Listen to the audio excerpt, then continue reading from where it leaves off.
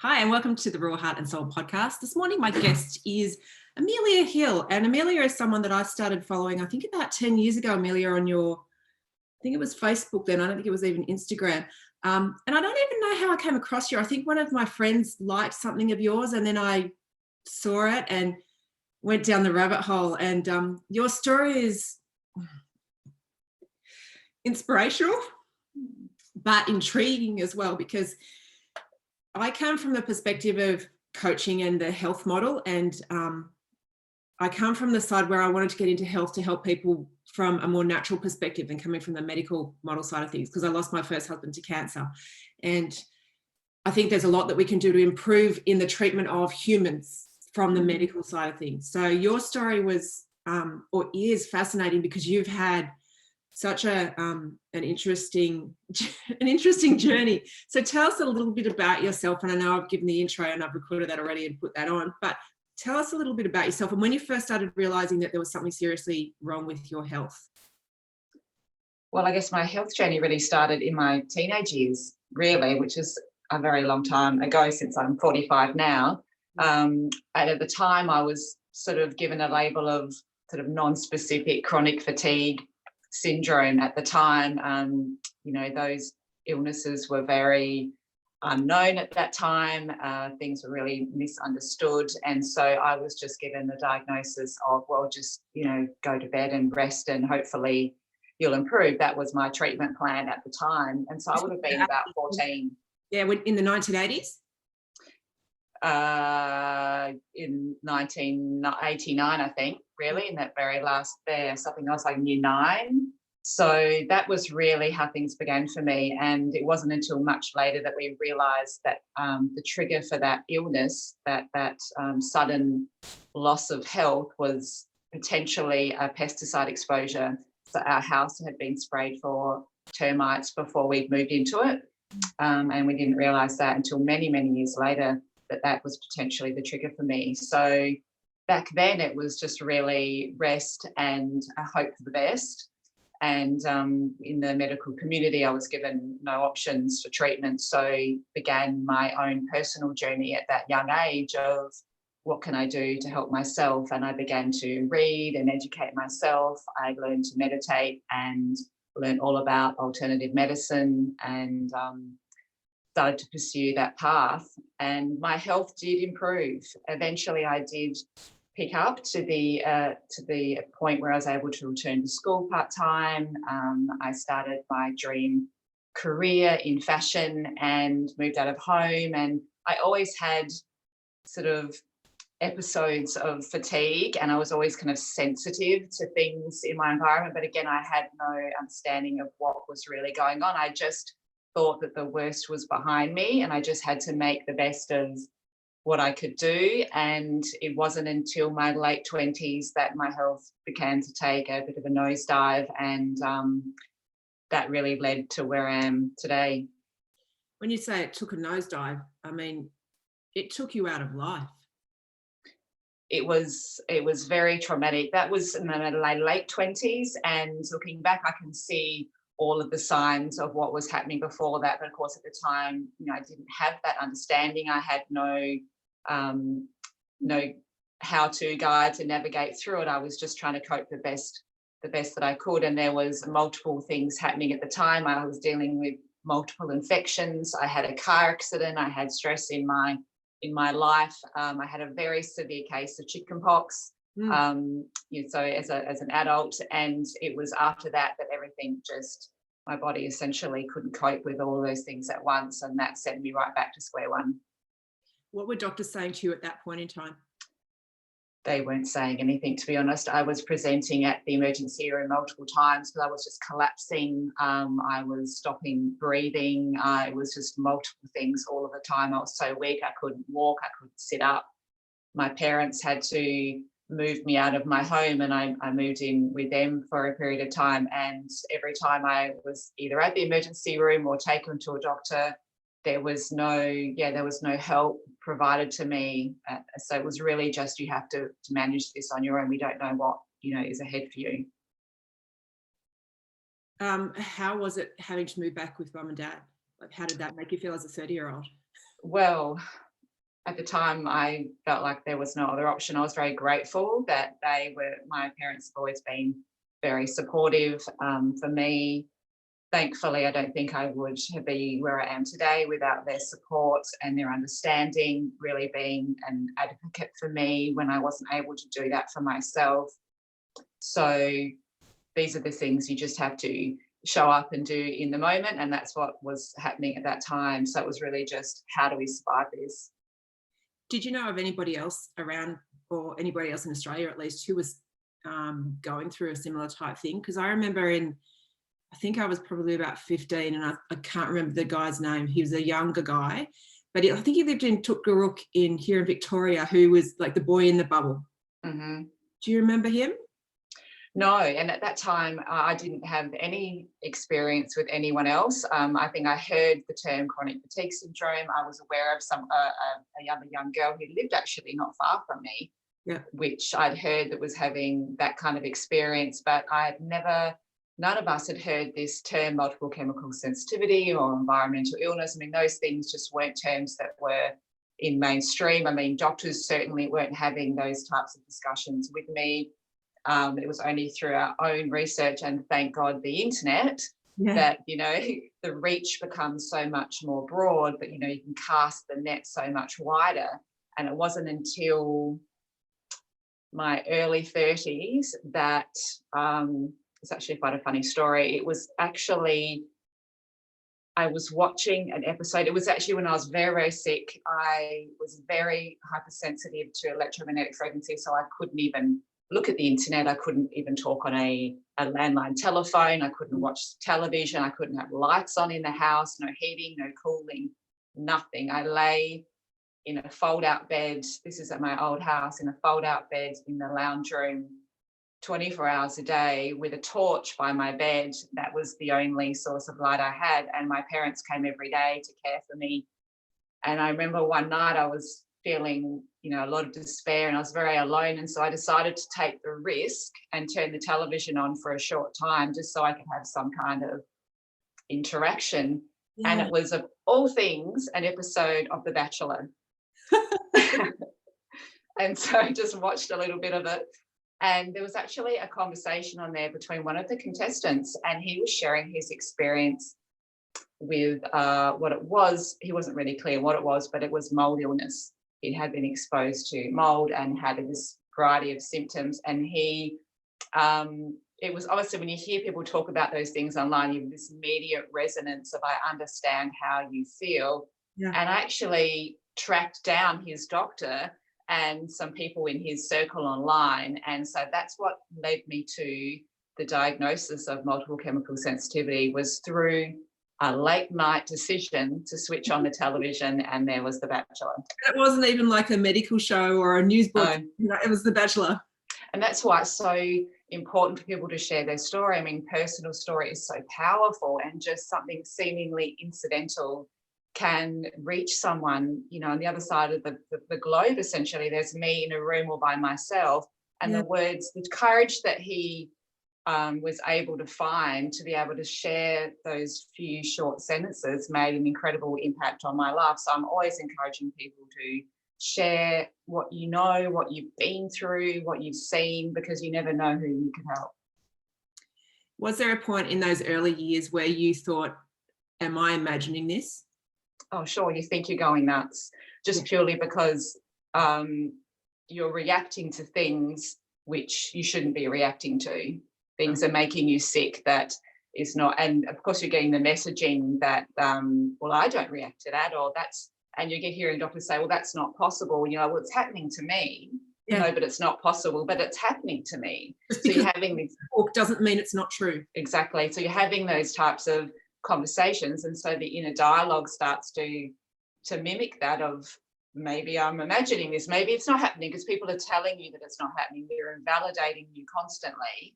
And then you start to not trust your own self, not trust your body. And that's when things really take a sidestep, because you have to relearn to trust yourself and lean into that personal experience, because there's nothing more powerful than personal experience.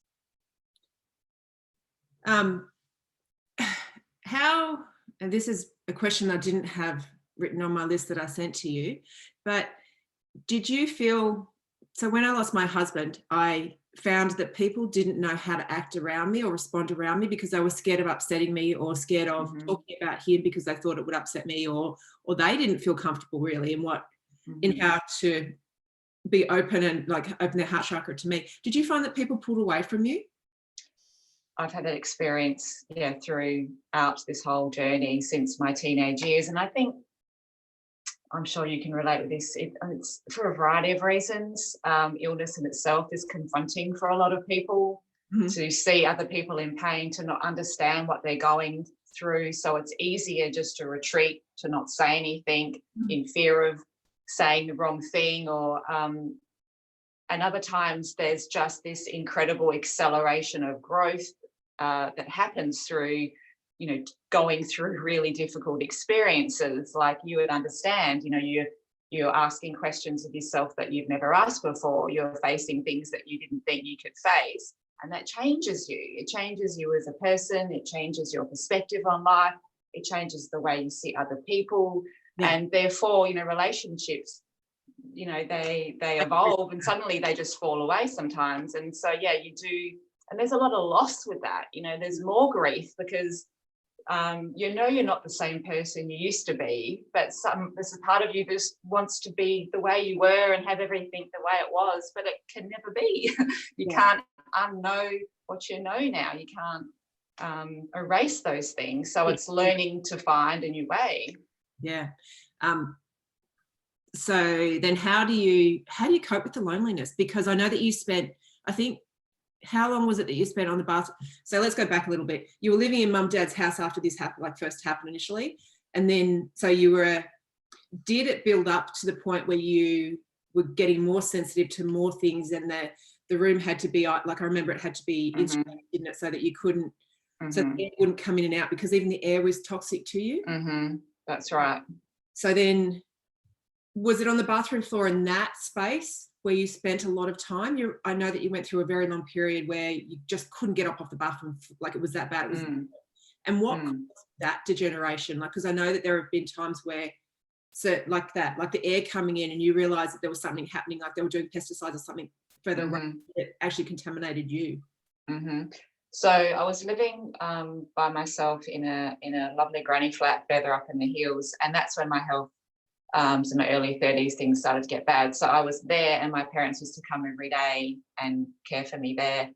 But things got so bad, and that house then became, not great. My neighbours were using a lot of cleaning chemicals and pesticides, and it was just making me so much worse. And that's when I made the decision to go public and share my story in the media, really to see if there was help out there. You know, I needed to move. Couldn't find any other accommodation that was safe. And so my parents made the decision to bring me to their house, and they custom modified a room in their house for me to live. So that was like my safe room. Yeah. And that's, you may be familiar with that room. So it was completely stripped out, and tiles were dry laid over the wooden floor. There was no furniture in there. And I was in there for, I don't even know the exact amount of time, but several years, probably 4 or 5. And then there was a leak in the roof, which affected the air quality in my room. I didn't realise, we discovered that, and that was why I was slowly getting worse. And so I had no other option but to move into the bathroom at that time. That's not a fun decision to make, but you know, when you're in these survival experiences, you do click into this, well, I did, into this mode of just do what you need to do to survive, do what you need to do to stay alive. That is my goal, to stay alive and to move forward as best as I can. And if that requires me doing that, then I need to make that okay somehow. You can't think about it too much. No. You just have to do what needs to happen.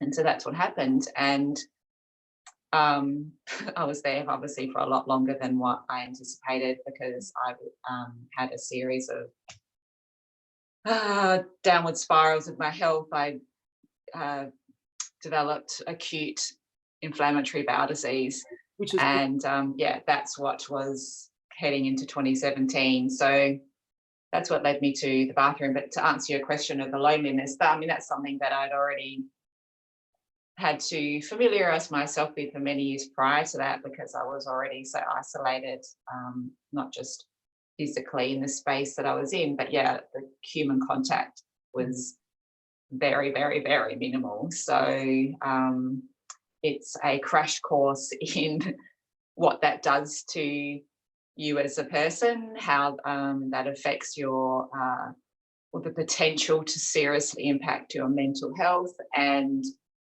at some point, I'm not sure when, but I made a decision again that I'd have to find a way to survive that, because that could easily take me down. Didn't mean that there weren't times, and there aren't still times that I struggle with that.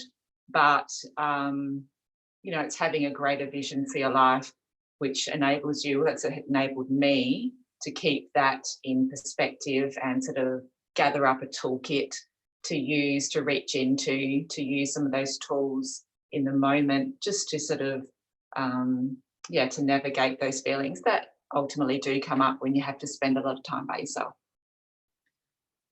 What is that bigger vision for you? Like, why? Which I talk about soul purpose on this podcast, and finding what your soul purpose is. And lots of times people go through their whole lives not knowing what that is. So I think, as awful as it is to go through some of the traumatic things in life, and yours has been some of the most traumatic that I've seen and heard, do you think there is a bigger purpose for this in your life?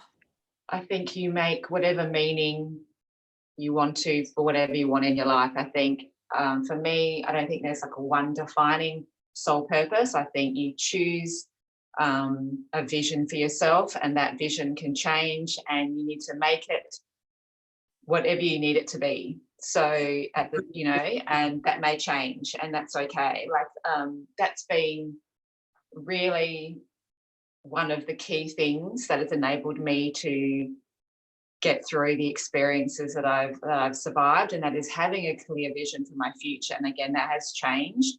And again, I've made it whatever I've needed to make it in order to give myself fuel to get through what I was going.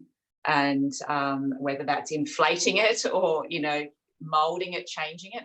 But having a future self vision for yourself is incredibly powerful. It's the thing, not only will having how you see your future influence your behavior in the present. There's plenty of psychology and research which suggests that. So how you see yourself in the future will absolutely influence how you show up now, the decisions that you make, the behavior that you engage in, especially if you're trying to create change or instill new habits in your life, how you see yourself and in that future. But just in the moments when I was isolated, in the safe room and alone for like extended periods of time and just sort of dealing with all of that, it was the commitment to see myself beyond this moment in a way which inspired me, and captivated me. Something that, your vision needs to be so strong that it just reaches out, to you and grabs a hold of you, and it won't let go. So it tethers you to it. It has to be that engaging. And if it's not, you're not devoting yourself enough to it. Yeah, and the pain will take over, and the pain, like, it's kind of like this balance, isn't it? The pain will drag you down if that vision doesn't, or that anchor doesn't pull you up. It has to. And every time you fall down, if your vision is strong enough, you tend to it every day, you nurture it every day, you invest yourself into it every day. As soon as you fall down, as soon as it gets hard, you can pivot yourself towards that vision, and it will give you the fuel just to find your feet. If you don't know what you're doing, it's like your compass, your North Star. So it's incredibly powerful for many ways. And I'm surprised when I hear so many people, when I say, well, what is it you want? Like, what is it you really want to do? Who do you want to become? And they just have this glazed look on their face. And I understand that can happen when, life can get difficult and circumstances can get incredibly distracting, that you lose sight of the things that you want. But it's so important to sit and really spend time thinking about and getting clear about what it is you want and what is it you want to experience. And those are the things will start to build that vision, and that will start to give you that momentum of the direction of where you're headed. So It's incredibly motivating. And once you sort of invest yourself in it, it's always there. And again, like I said, you can put whatever meaning you want onto it. Meaning is incredibly powerful in itself. So shift the meaning accordingly. You're not fixed on these things. You can play with these things. Do whatever you need to do. Yeah. To conjure up that feeling and to keep moving forward. How did you track time when you were like in the worst of times? Like, did you, because I know it's been important to you, birthdays are really important to you. And I think sometimes you said that they can be positive or they can be negative. It can be, because it can sometimes feel like another year that you've not, like you can look around at other people your age who have lived a different life to what you have. So it can be it can be the devil, or it can be an angel for you, that time is passing. So in those, like when you've been in those really chronic bouts of unwellness, have you monitored time, or have you just ignored it? Like, have you not, or has it been a help, or has it been a hindrance to you? Well, in reference to my birthday, it's really a choice that you make, because definitely for me, birthdays used to be this really joyful experience. Like, in my early years, in my childhood and going into my 20s, I always had a birthday celebration, got all my friends together. And so I always had a lot of positive experience with that. And then birthdays did become a milestone moment that I began to dread when I was so unwell, because it was another year has passed and I'm still here. Those types of that's kind of self-talk that you experience. And so, just in the months leading up to the birthday, the self-talk starts to arise. And I became aware of that, and it was a conscious decision to change that, because I just wanted to be different. I could see that it was programming myself and it wasn't helpful. So I realized it was up to me. I just could make the best of what was happening, and I wouldn't get those birthdays back. I wouldn't get those times back. I felt like I had lost so much of my life in so many areas, all of those milestone moments. My friends, my closest friends were getting married, my niece was growing up. I couldn't be with her to those things that I imagined I would be as her only auntie. So all of those things, the grief around those things is devastating, and it will take you down. So for me, for my birthday, it was a conscious decision of what can I do to honour the fact that I'm alive. You are, and yeah. In times where you looked like you weren't going to make it, Amelia. There were times that I did not think I was going to make it. Absolutely had those times. People look at me and say, "Oh, how do you stay?" So, people think I'm positive 24/7. No, there were times when I thought that I would not survive. Absolutely thought I would die. Yeah, I'm human. Those things happen. Yeah. What has been the most challenging thing out of all of this? And I'm going to list a couple of things that I have seen as I admire you for being able to get through. And that was having your teeth removed on the kitchen table, losing your mum, and then last year, your sight. Like, what's been the most challenging thing throughout this journey for you? And I'd be surprised to hear that the teeth without anaesthetic in the kitchen was not the most challenging thing I've done. It really wasn't. It wasn't easy, but I could do that again and compare with some of the other things that I've been through. That's interesting to hear your perspective when people see it from the outside like that. And that's really from your experience in a way, like you can't imagine doing something, and so it seems the most difficult to do it. Yeah. But you think we're all capable of doing a lot more than we realise. That's number one lesson. Wow. That's big.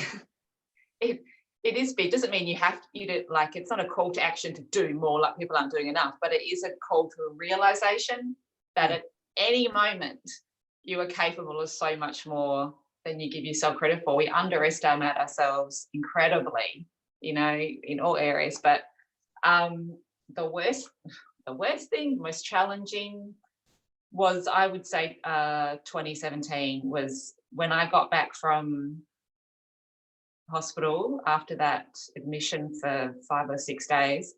That was after a year of getting worse, a year of trying to figure out what was going wrong, essentially diagnosing myself with inflammatory bowel disease. Yep. I had 7, I think, doctors in hospital, tell me there was nothing wrong. I was so incredibly unwell. I remember thinking, I'm going to die from this. I've never felt so weak, and not one person in a hospital setting understands what I'm going through.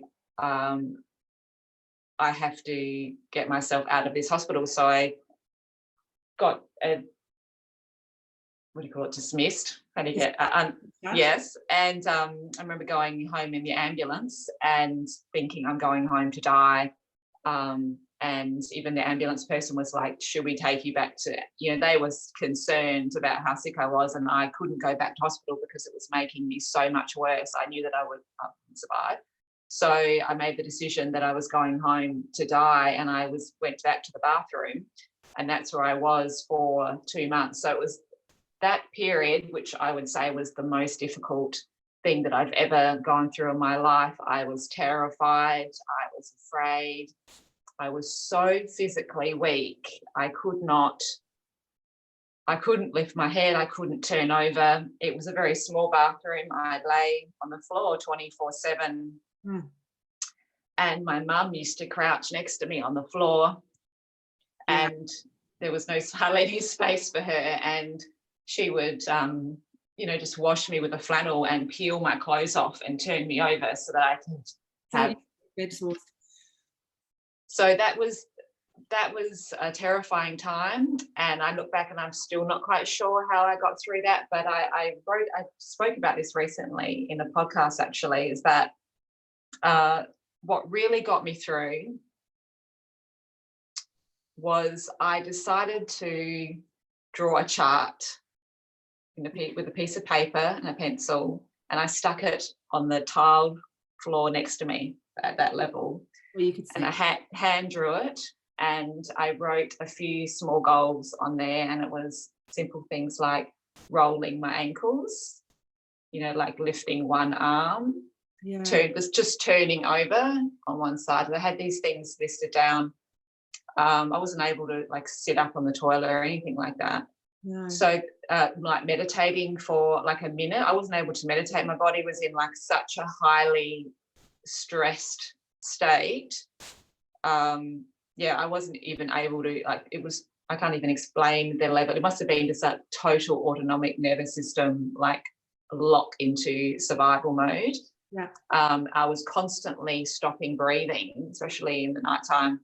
So I made this chart, and every time I was able to do something that I had set, I would tick on that chart. And there were days that I couldn't tick anything, right? And there were days that I could tick one thing, and you better believe that I ticked it when I could tick it. And that chart became evidence to me of forward motion. I put meaning into that chart, that if I was rolling my ankles, then that meant that I was making progress. And that was the only thing I could hang on to. So at that time, it was like being in a deserted well and sliding down, into despair, into nothing, into death. And there was nothing to hold on to as I was falling. And so that chart for me was just traction on that wall, and I was able to stop the fall and slowly make progress up, climb my way out. And that chart was a game changer for me. It was a lifeline. It was a way forward where there was no way forward. And so on the days and the weeks there was no progress, and I felt the waves of fear and the waves of terror, I could turn to that chart and say, no, I am making progress. This is proof of that. This is evidence before me. So that was probably the most challenging time. And if I had known that it was going to get a lot worse in the months following that, I'm glad I didn't know that at the time, but things got a lot worse before they got better. And eventually I got my diagnosis of inflammatory bowel disease, which I had to seek out. You had to fight for that. How can, because from a perspective of someone who, and I know that you've probably, I can imagine, lost a lot of faith in the medical system after going through that, for people who don't understand what that disease means, it means you're bleeding from your anus. It means you're losing blood. It means that you, like, there's physical evidence that that's going on. How can doctors ignore that or not see what's going on? Like, how? Because when you were going through it, I was like, and I know that you reached out and said, is there anyone who knows of doctors who can help with these certain things? And you've done that multiple times, because you're trying to advocate for yourself and your parents were trying to advocate for you. They weren't listening. Is that how you felt? Yes. I know there are a lot of people who can relate with this, just feeling repeatedly dismissed, feel your concerns being minimised. I mean, I remember when I began bleeding, this is many months before, and I shared that with my doctor on the phone. He said to me, Amelia, I question what you're seeing as blood. Just to give you an example of just the micro dismissals that one receives. And when you're already in a very stressed, very weak state, knowing that something is very wrong, but you don't know what's going on, and you're aware of things, you see symptoms, you have intuition, you have an idea, and you find the courage to share those things. And when they're immediately shut down or you're immediately dismissed, I mean, what it does to your self-esteem, what it does to your self-worth, what it does to that, like I said, that self-trust, is immense. But also it's the trust you lose in the physicians that you're approaching. You know, I'm still unpacking that within myself. I still have issues around that. Now I find myself not trusting what people are saying to me, especially health practitioners, because of that. It's happened to me so many times. So I give myself some grace with that, because I can say to myself, the experiences that you've been through, it's understandable that you might be doubting what this person is saying. That's okay, Amelia. You're okay, because I've experienced that multiple times, but I know I'm not alone in that. And I wish that wasn't the case, but it's because it's wrong on every level. It borders on unethical, and people who are incredibly unwell and vulnerable shouldn't have to be advocating for themselves. I mean, they should always, but not to that extent in those crucial pivotal moments. And yes, I had to find a doctor after all of that who would not only do an internal examination without sedation, without anesthetic. That was hard enough. Yeah, because you can't have anesthetics just. No. So I had to find someone who could do that in a hospital that was somewhat near to me. And I had to go to hospital again after having such a horrible experience just a couple of months before. So mentally that was very difficult to actually go into the hospital environment again and trust another doctor. So eventually, I got my diagnosis that I was already flagging many months before, yet was being told that was not a problem.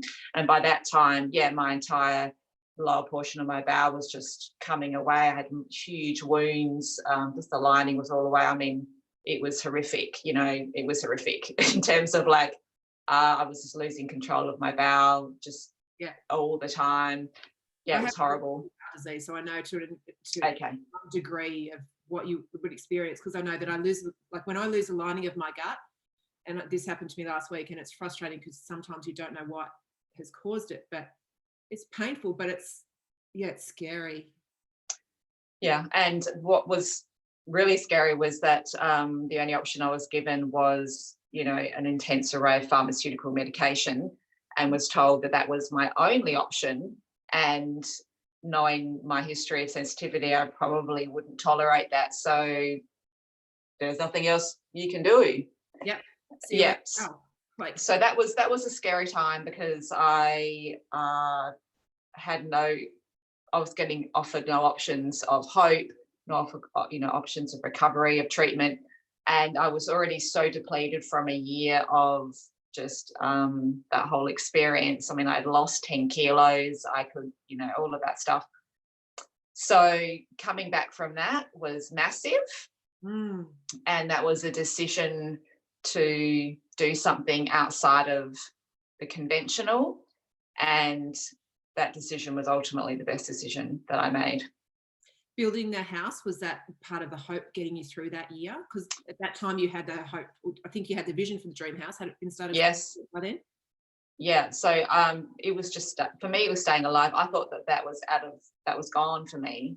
I didn't think I'd make it to the house. Things were so bad that was completely gone Yeah. as an option. So for me, it was just finding a way to survive, and it was literally one day at a time, or even less than that. A great skill that I learned during that time is chunking down time. My sister taught me that, actually, because she herself has been through some health challenges in her life. She's had multiple heart surgeries, and one thing she taught me, which I've always used that throughout that experience, was just chunk things down into time. And so that when you're trying to solve the entire problem, it is overwhelming, and you have the constant feeling, I'm never going to be able to do this. It's too big for me. This is too big for me. Especially if you're feeling very physically unwell, very physically unweak, chunking things down into time. And that's what I did during that time. So it was, what can I do today? What can I do in this hour? I just need to get through to 1 o'clock. I just need to get through to 3 o'clock, those types of things. That's what I found very helpful during that time. Where were mum? Is it your stepdad, or is it? Yes, it was my mum, my stepdad then.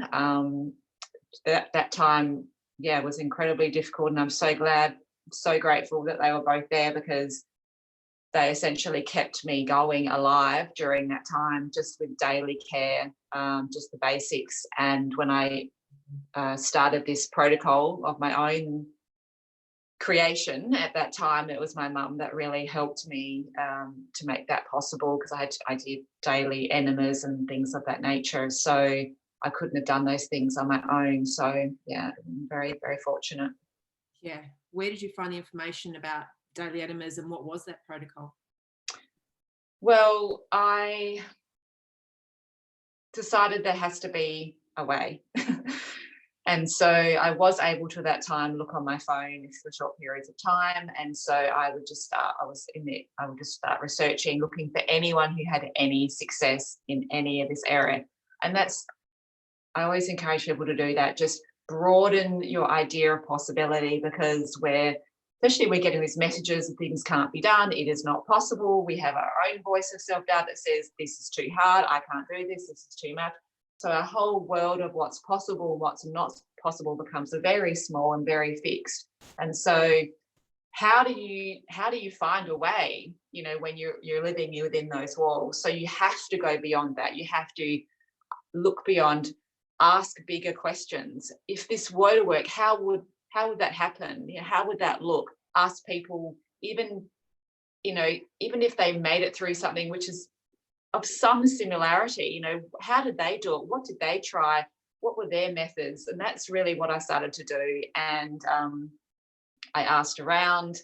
I thought about things that I'd seen, heard, and I just followed those pathways. And eventually I heard of some people who were treating Crohn's, not necessarily ulcerative colitis, but things using herbal enemas and other things. I wasn't able to do a lot of these things because I didn't tolerate them. I couldn't take the things that they were taking, all of those things. So I just focused on what could I do and what could I try, and I would just see how that went. So I developed a herbal enema protocol that in its sense was a little bit unknown, because I'd had really bad reactions to enemas in the past, but I felt like I had no other option but to give it another risk. And I just did a very measured risk and titrated things very, very slowly. So I used, it'll test my memory, a combination of slippery elm and comfrey root was really the primary things. I also had, functional stool tests. So I knew that I'd had pathogenic bacteria in there. My own research led me to understand that those things really could have been the trigger for the autoimmune in the bowel to start with.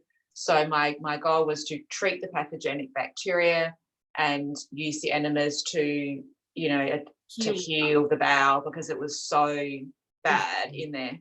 I had no idea whether it would work. I had no guidebook. I had no coach. I had no reason to believe that it would work, other than I had no other options. So I was just committing to the process, and I just made that decision to do it. but it was like feeling around in the dark every day. I had to draw on courage every day, and I didn't know whether, there was a cliff face, in 1 metre away, or there was no cliff face at all. So it's just edging your way forward in the dark and just praying that you're not going to fall off, and then starting over the next day. Yeah. And that's what I did. And here you are on the other side of that. it wasn't easy, but it took about 5 weeks, and I had the conversation with my doctor on the phone, and I told him what I did, and he didn't really believe me, really, the conversation. And I remember him saying, like, oh, well, maybe he just believed that it was going to work. And I knew exactly that wasn't true. I immediately knew that wasn't true, because I didn't believe that it was going to work. I had no idea whether it was going to work. It was just my courage to give it a try, which got me through to the other side. It's amazing. Yeah. I have a lot of empathy for you for being brave enough to try those things, because when you're dealing with enemas and bowel issues, you don't know when you've pushed. Well, you do know when you push it too far, but you don't know what you've got to push. No. You don't know how much of your bowel. I didn't know and my symptoms changed all the time because of what I was doing. So I didn't know what I was doing was making myself worse. It was making it better. This was normal. This was expected. This was a sign that I should back off. I should go more. I had no idea. So it was really just a moment to moment decision of what I was going to do. Did you write that down when you were going through that? No, but it's all up here. One day you're going to write an amazing book, Amelia.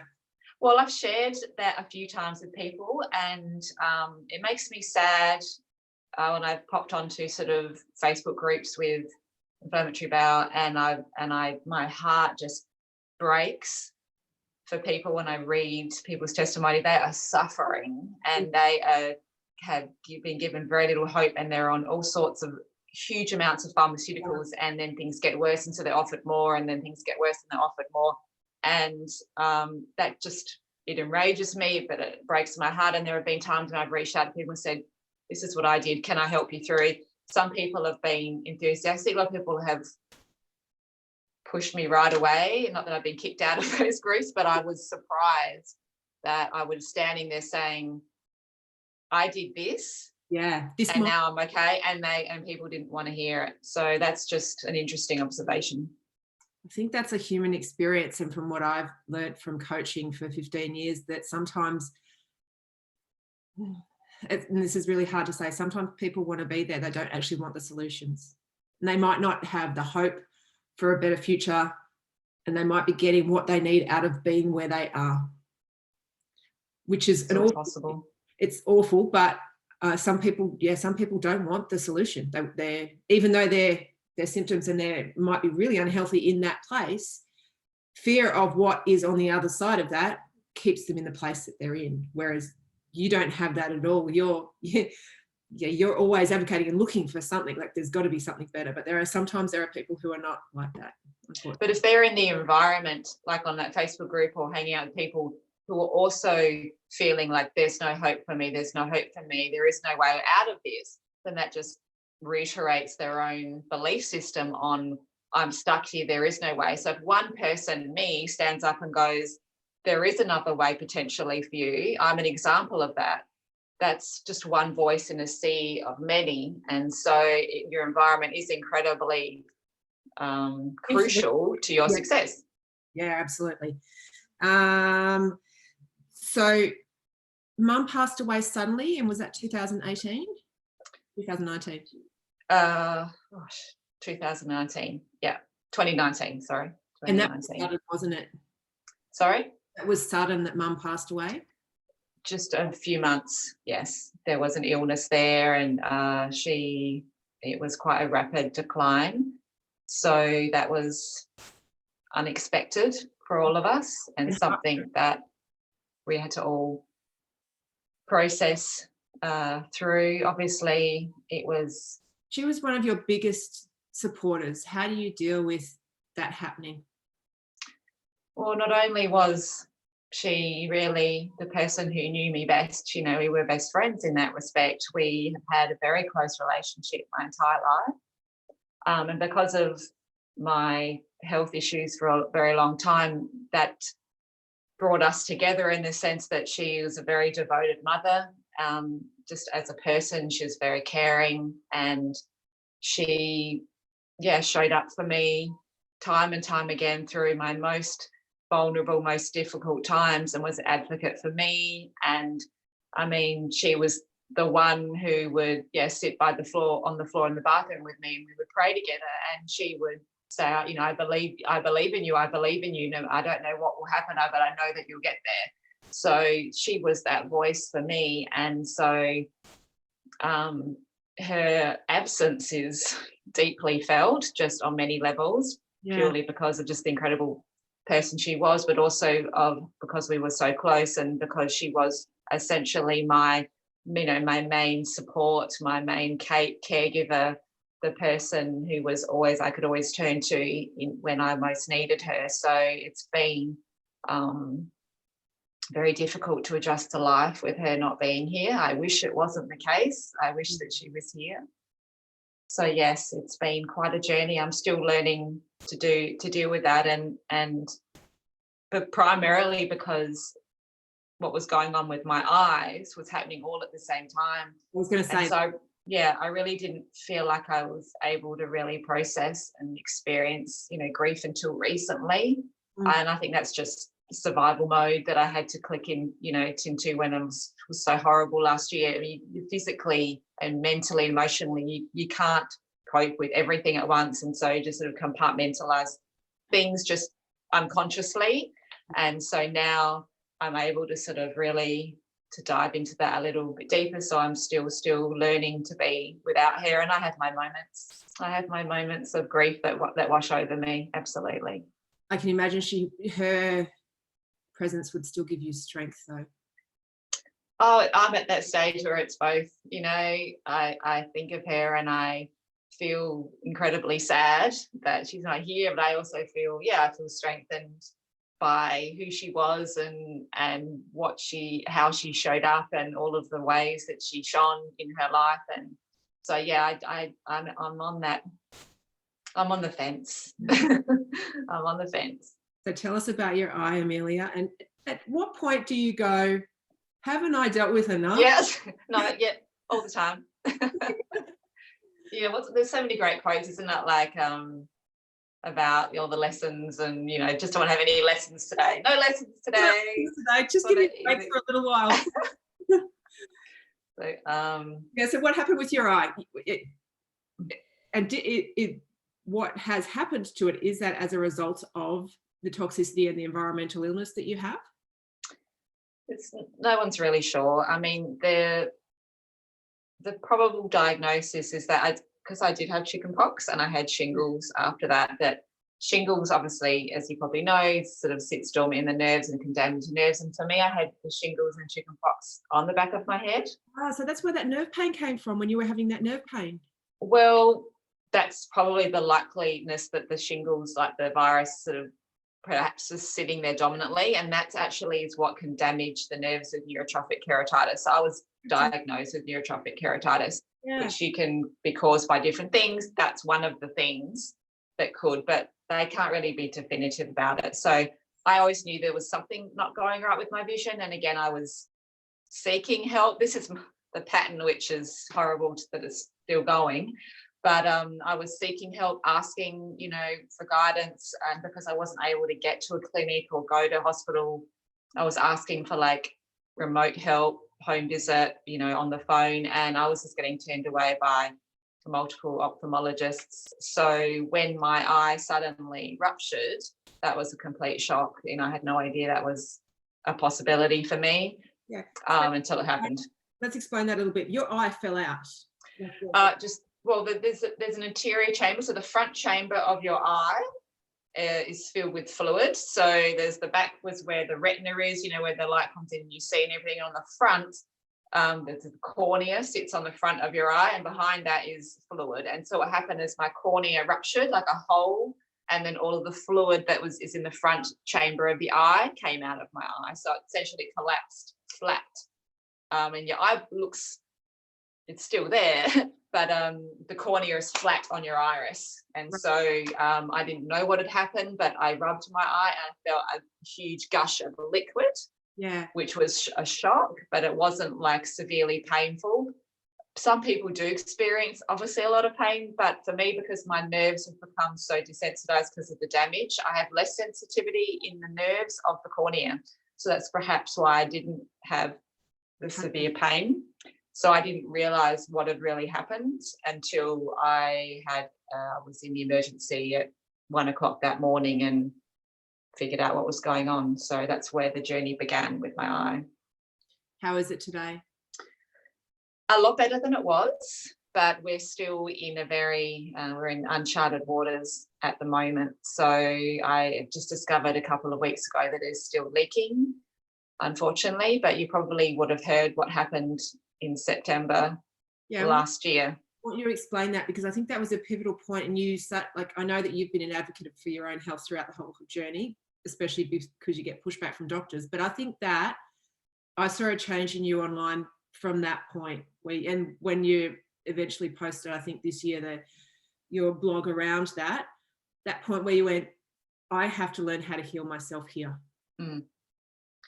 Yes, things got a lot worse in August. My eye started to ruptured 3 times, and I was suddenly in a very serious situation where I was being told, well, you need to have surgery on your eye, but I couldn't have the anesthetic for the surgery. So, but if you have the surgery, anesthetic will kill you. I'm not saying that it will. That's a pretty bold statement, but I don't tolerate it very well. So there's potential for that to happen, especially and health complications that I won't go into, but it's not something that I would choose to do because the risks are very high. Yeah. So I have tolerated some local at very small dosages, but I will react to that. But it's enough to process. So I was having these conversations in August that you need the surgery, but if you have the surgery, you could lose your eyeball. But if you don't have the surgery, you could lose your eyeball too. So that's your options. And I was in so much pain at the time. The cornea is the most sensitive part of the human body, so that I didn't know prior to a year before that. So I can't even describe to you what the pain feels like, in that it's worse than having your teeth pulled out with anaesthetic. It's worse than having your bowel, passing stool on a ripped bowel, worse than all of that. And it was 24/7. So I wasn't sleeping for months and months and months, which continued to just dysregulate my nervous system more and more. I was just getting broken down to just a slither of a shell. Like, it was just incredibly hard to cope, to function, and then to be faced with those types of decisions.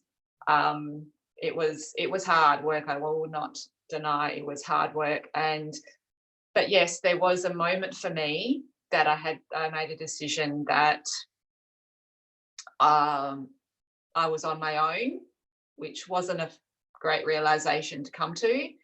But it enabled me to get to a point of just complete and utter defiance that I will not succumb to this. There has to be a way.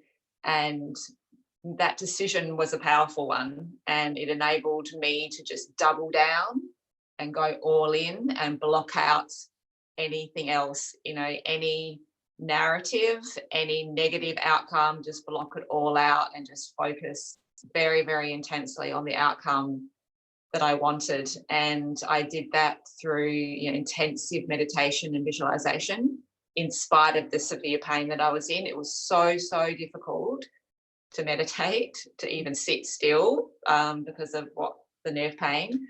But I just made the decision that I would do it no matter how difficult that it was. And I think that's what defiance is, isn't it? It's just no matter what. No matter what. But I do remember sitting when the moment that it happened, and I was sitting in the hospital waiting room, and my bandage contact lens had just kept jamming and coming off because there was so much glue holding my eye together.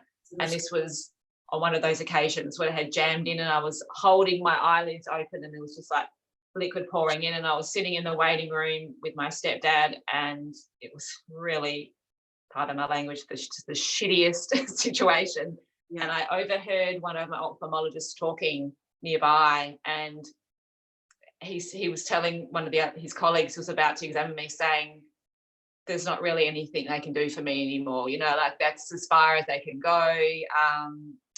And he was like the last person for me. He was like my final hope, the person that I thought was like on my side. So I was already sitting there just feeling complete defeat. And then I overheard him say that, and it was just this immense weight of hopelessness that hit me. And I just thought, that's it. I got nothing, you know. And I just sat. You don't have there, but you've got you. No, I just felt like, see, I had nothing. I was so depleted. I didn't have anything within me to give. And so I realized I was just hanging on to that shred of like, well, I've got him. He's going to help me find a way. And when I heard him, it was like just the final thread just being cut, that I've got no one, I've got nothing. And I remember sitting there and just feeling the weight of that. And there was nothing I could do.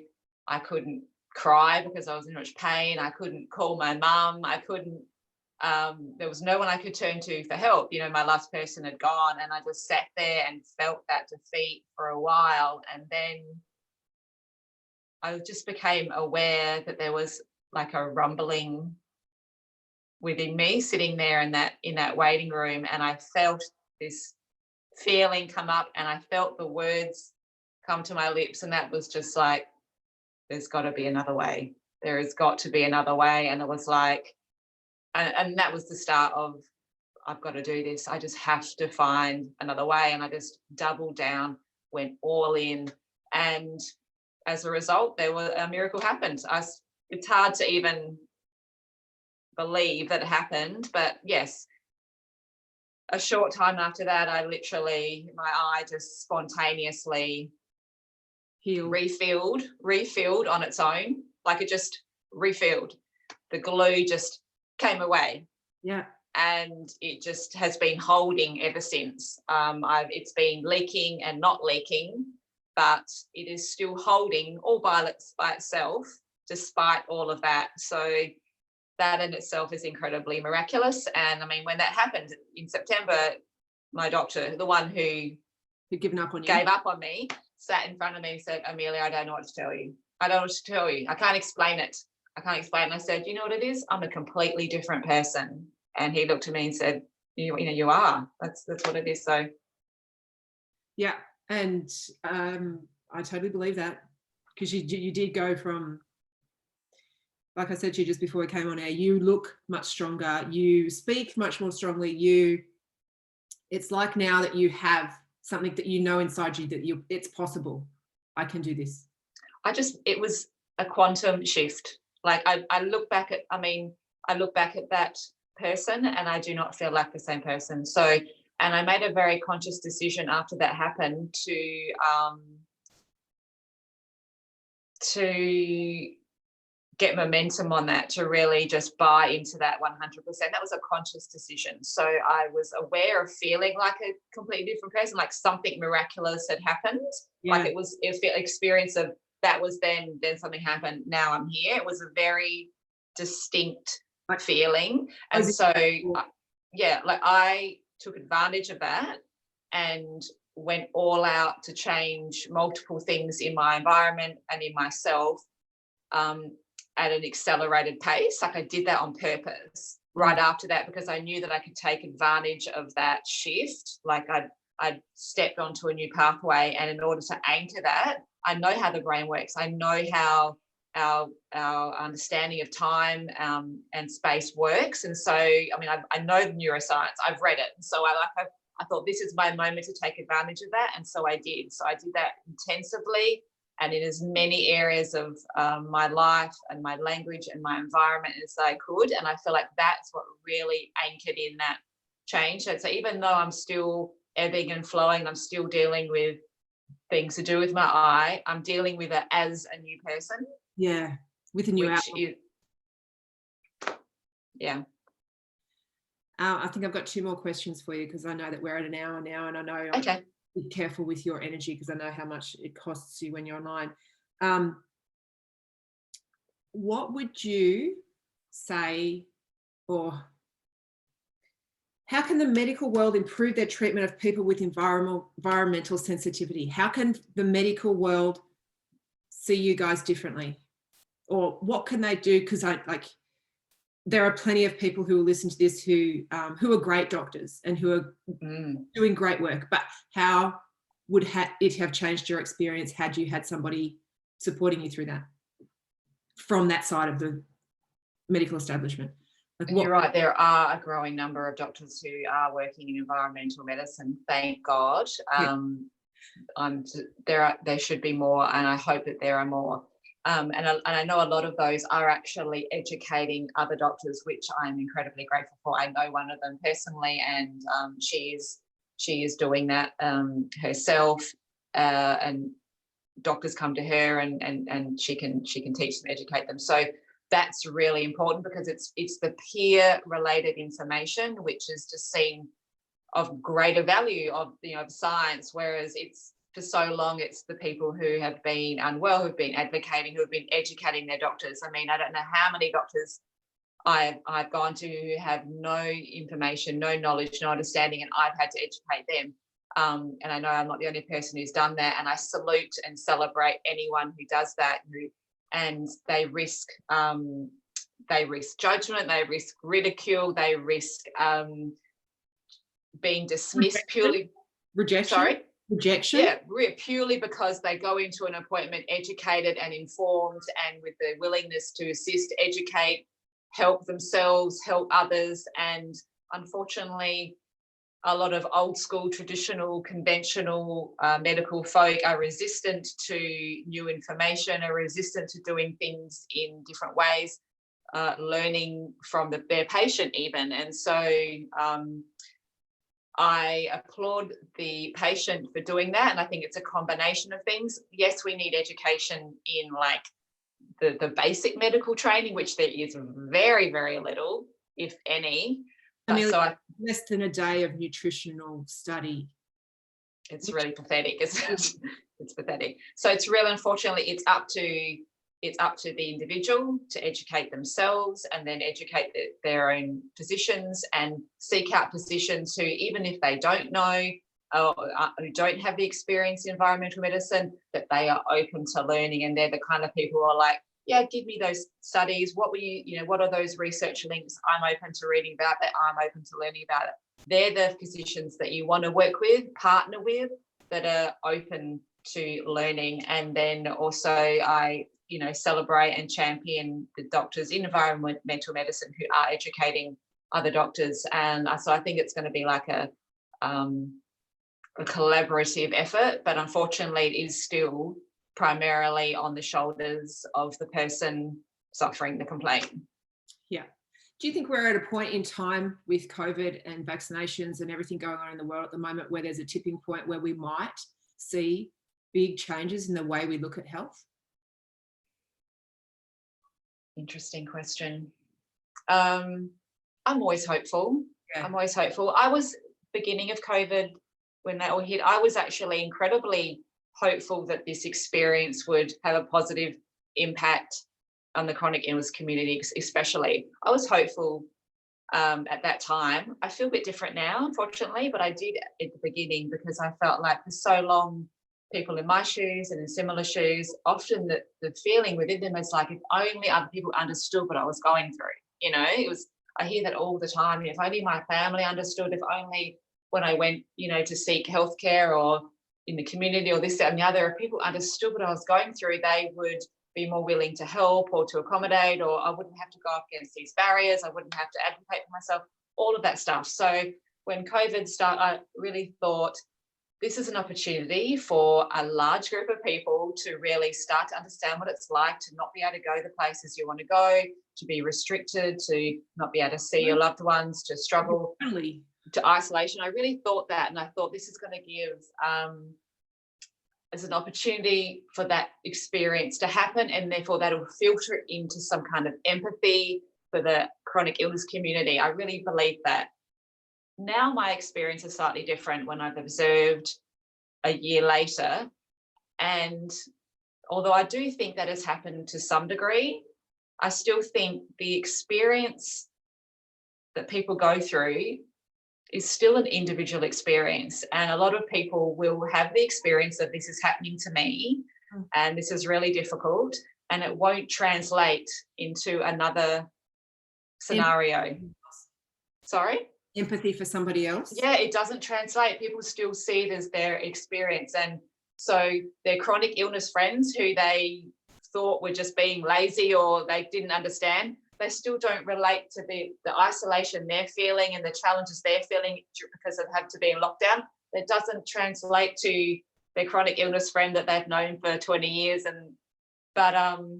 So that was an unfortunate realization, I think, but I'm always hopeful in the sense that the experiences that we have are always logged, in our subconscious. They always become part of who we are. So some people, and they might be able to pull those out and just go, oh, actually, there is something in this that I haven't been practicing that I learned I should be. Yeah, it's a broader understanding. You broaden your own experiences, and therefore it has to have some kind of trickle effect. Has to, impact your relationship to how you see other people. So perhaps we'll see those things further down the track on an empathetic sort of humanity, understanding what everyone else is going through. Because I do see that statement a lot, like we're all in this together, but it's still only it's just regular people speaking to other regular people having in the COVID experience. It's still like, we're in this together. This is really hard. We can do this together, we can go through isolation. We can, oh man, just wear your tracksuit pants, just watch Netflix all day. I get your sister. It's really bad. Yet still the people who have been doing isolation and lockdown for 5 years, 10 years, 20 years, decades, they've done this for a long time. So they don't feel like they're being spoken to by the collective that are going through lockdown. They still feel like they're on the outer. By themselves, yeah. So can we do better to reaching out to those people? Yeah, I'd like to see them being included in conversation of how do we navigate this experience. I see a lot of news articles, podcasts, whatever, talking with experts on how to navigate isolation, how to navigate long-term lockdown, how to deal with the mental health issues of that. And they're asking people who have never done it before or who have done it for like 2 weeks or there's some expert who has got a degree in, I shouldn't minimize qualifications, they're important, but not experience. How I know a whole community of experts who can give you all kinds of wisdom and insight and tools and how to, yet they're still not being seen as this valuable resource that they are. People in the chronic illness community, they feel like they've got nothing to contribute because that's often how they're viewed. But, they're a deep, rich resource of all kinds of wisdom, knowledge, experience, understanding that at this time especially could be drawn upon. So go to them, ask them, interview them, ask them, have you dealt with being isolated, housebound for 5 years, 10 years? What do you know that I can learn from? And that is incredibly valuable.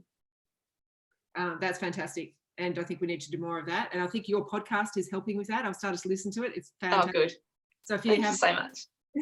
If you haven't discovered it yet, it's called Dig Deep. Rise High. Rise High. So go check that out on Spotify. Last question for you, Amelia. When you go to the beach again? Well, summer's almost over, isn't it? Don't have to summer to go to the beach. That is very true. I would like to plan another time to do that because that was an incredible memory, which I'm fortunate now to have in my memory banks, and I draw on it all the time. So yes, thanks for the reminder. I'm going to set that date. I'm going to hold you to that, Amelia. Thank you so much for being with me today. And I think you've brought up some really good topics that we need to expand on in the wider community. And I'm going to be looking into doing that. Thank you so much for your time. It's been lovely to chat with you today, Tanya.